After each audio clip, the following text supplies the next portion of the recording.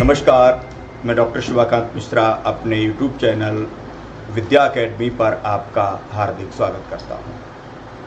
दोस्तों, आज मैं आपके साथ चर्चा करने जा रहा हूं वक्फ अधिनियम और धर्म स्थल अधिनियम।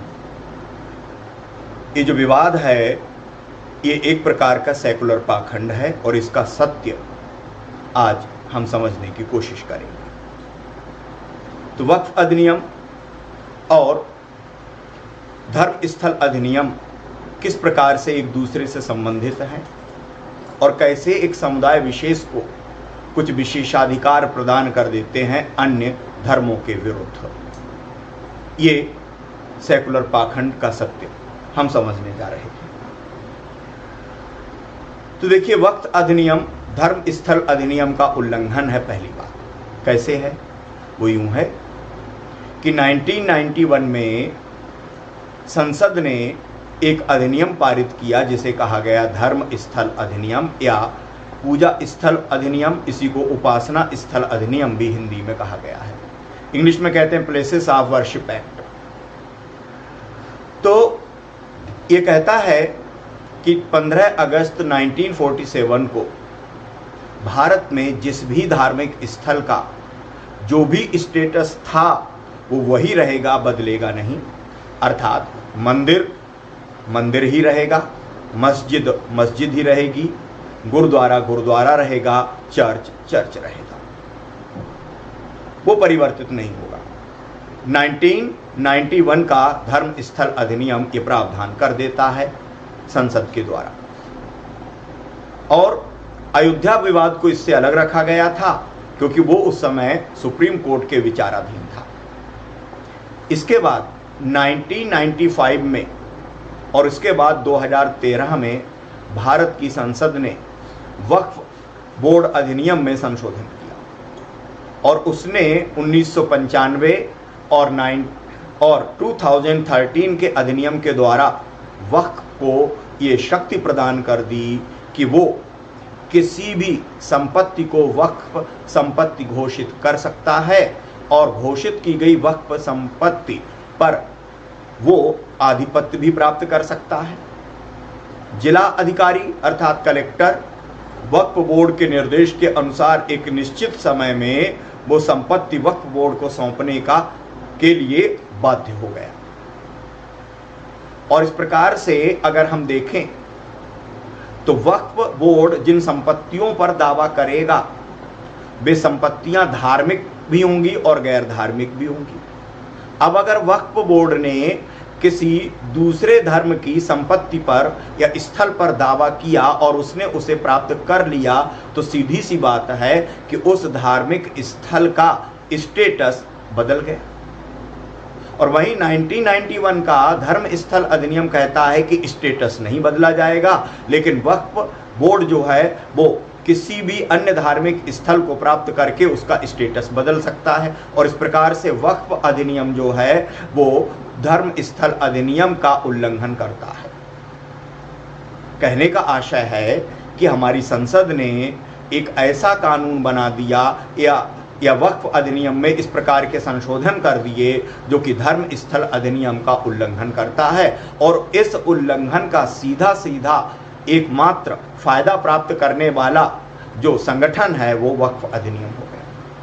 अर्थात वक्फ अधिनियम के आने के बाद गैर मुस्लिम कोई भी संगठन किसी भी गैर मुस्लिम धार्मिक स्थल का स्टेटस नहीं बदल सकता है, उसकी मांग नहीं कर सकता, उसे प्राप्त नहीं कर सकता। लेकिन वक्फ बोर्ड ऐसा करके किसी भी गैर मुस्लिम धर्म स्थल को मुस्लिम धर्म स्थल में परिवर्तित कर सकता है। अब यही क्या है, एक पाखंड की बात हो गई। आपने सुना होगा कि केरल में एक ऐसे मठ पर वक्फ बोर्ड ने दावा किया जो कि इस्लाम के उदय से पूर्व का था। इसी प्रकार से भारत में इस्लाम के आगमन के पहले के एक चर्च पर भी वक्फ ने अपना दावा कर दिया। तो बहुत सारे ऐसे स्थल केरल में, कर्नाटक में, तमिलनाडु और महाराष्ट्र में जो कि दूसरे धर्मों के धार्मिक स्थल हैं, उन पर वक्फ ने अपना दावा कर दिया और उन्हें प्राप्त करने की मांग की। और इस प्रकार से हम देखते हैं कि वक्फ ने दूसरे धर्मों के स्थलों पर अपना दावा किया। एक प्रश्न उत्पन्न होता है कि जब कोई भी हिंदू संगठन किसी मस्जिद या किसी अन्य धार्मिक स्थल के सर्वेक्षण की मांग भी करता है तो कहा जाता है कि इससे पूजा स्थल अधिनियम का उल्लंघन होता है और राष्ट्र की एकता, अखंडता और कानून व्यवस्था संकट में पड़ जाएगी। लेकिन जब वक्फ बोर्ड अन्य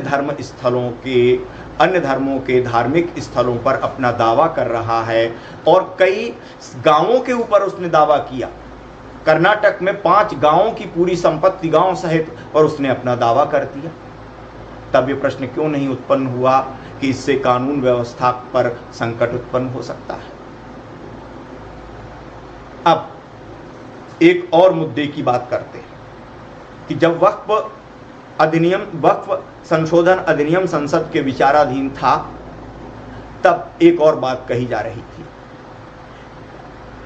कि अगर किसी भी हिंदू मंदिर के प्रबंधन में गैर हिंदू नहीं हो सकते हैं तो वक्फ बोर्ड में गैर मुस्लिम सदस्यों को कैसे शामिल किया जा सकता है, और इसे भेदभावपूर्ण अधिनियम या संशोधन अधिनियम बताया जा रहा था। सुनने में बड़ा ऐसा लगता है हमें कि यार बात तो सही है, तार्किक है, लेकिन ये जो तुलना है मंदिरों के साथ गैर हिंदू धर्म स्थलों की, वो पूरी तरह से अनुचित है, गलत है, अतुलनीय हैं दोनों। उसका कारण यह है कि हिंदू धार्मिक स्थल बहुसंख्यकों के धार्मिक स्थल होते हैं और उन धार्मिक स्थलों को संविधान या कानून का किसी प्रकार का अतिरिक्त संरक्षण प्राप्त नहीं है, जैसा कि मुसलमानों के या अन्य धर्मों के, जिन्हें हम अल्पसंख्यक कहते हैं, उनके धार्मिक स्थलों को है। हिंदू मंदिरों की चल और अचल संपत्ति का प्रबंधन उन्हीं रेवेन्यू लॉज या राजस्व कानूनों से होता है जिनसे आम व्यक्ति की संपत्ति का संचालन, उसका प्रबंधन और उसकी रक्षा हुआ करती है। कोई अतिरिक्त नियम नहीं हुआ करता, सिवाय इसके कि मंदिरों को दान की गई संपत्ति टैक्स फ्री हो सकती है ना, धारा 82 के तहत उसके लिए भी सर्टिफिकेट लेना पड़ता है, बाकी के अधिकार नहीं है। अगर हम आपसे कहें कि जमीन, कृषि भूमि एक मंदिर के पास कितनी हो सकती है, इसकी एक लिमिट है। एक व्यक्ति किसी राज्य में जितना अधिकतम भू स्वामित्व धारण कर सकता है, एक मंदिर भी उतना ही अधिकतम भू स्वामित्व धारण कर सकता है। उससे ज़्यादा जमीन अगर मंदिर या मठ के पास होगी, अगर वो हिंदुओं का है, तो उसे राज्य अपने आधिपत्य में ले लेगा। आपने एक वाद का नाम सुना होगा जिसे हम कहते हैं केशवानंद भारती वाद। वो वाद ही इसलिए था, जब अधिकतम भू सीमा अधिनियम पंडित नेहरू के समय लागू किया गया था और फिर इंदिरा गांधी ने उसको और आगे बढ़ाया, तब केरल के एक मठ की संपत्ति इसी कारण से ली गई और फिर उस मठ के अधिपति हुआ करते थे केशवानंद भारती, और उन्होंने वाद दायर किया था कि हमारी संपत्ति कैसे ली जा रही है। तो मंदिरों की संपत्ति और उस संपत्ति में अंतर हुआ करता है, तुलना अनुचित है, भ्रम में डालने का प्रयास है। दूसरी बात, मंदिरों के प्रबंधन के लिए जो ट्रस्ट बनाया जाता है वो ट्रस्ट सरकार के नियंत्रण में होता है। मुस्लिम या किसी भी अल्पसंख्यक के धर्मों के संगठनों में कोई सरकारी नियंत्रण नहीं होता, वो पूरी तरह से मुक्त होते हैं। उदाहरण के लिए अगर मैं आपको बताऊं तो उज्जैन के महाकाल मंदिर का प्रमुख ट्रस्टी या ट्रस्ट का अध्यक्ष कौन होता है? उज्जैन का कमिश्नर होता है। इंदौर के खजराना गणेश मंदिर का प्रधान ट्रस्टी जिला कलेक्टर इंदौर हुआ करता है। सारी चीजें कानून के अनुसार होती हैं, पारदर्शी हुआ करती हैं।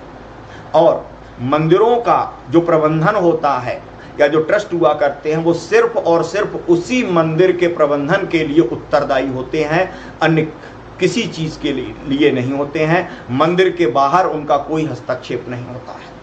हिंदुओं का ऐसा कोई बोर्ड है ही नहीं राष्ट्रीय स्तर पर जो कि सारे हिंदू मंदिरों या हिंदुओं की धार्मिक संपत्तियों की देखभाल करे। और संपत्तियां मंदिर और कुल मिलाकर के नगद और सोना चांदी हुआ करता है। कृषि भूमि वगैरह मंदिरों के पास उतनी ही हो सकती है अधिकतम, जितनी अधिकतम भू सीमा अधिनियम के तहत अनुमन्य हुआ करती है। इस प्रकार से तुलना की गई वो गलत थी। जबकि जो वक्फ बोर्ड हुआ करता है वो राष्ट्रीय स्तर पर संपत्तियों की देखभाल, उसका प्रबंधन करने के लिए उत्तरदायी होता है। मंदिरों से अगर किसी की तुलना हो सकती है तो वो मस्जिद इंतजामिया कमेटी की हो सकती है। मस्जिद इंतजामिया कमेटी, हर एक मस्जिद की एक प्रबंधन कमेटी होती है जो कि उस मस्जिद में नमाज पढ़वाना, उसकी सुरक्षा, उसकी स्वच्छता वगैरह के लिए उत्तरदायी हुआ करती है। वो संपत्तियों के लिए नहीं होती, संपत्ति का काम वक्फ देखा करता है। मस्जिद भी वक्फ के अधीन आती है, उसकी जो संपत्ति के रूप में होती है। तो दरअसल मस्जिद इंतजामिया कमेटी और मंदिरों का ट्रस्ट बराबर हुआ करता है, और इसलिए वक्फ बोर्ड का काम अलग है और मंदिर का काम अलग है।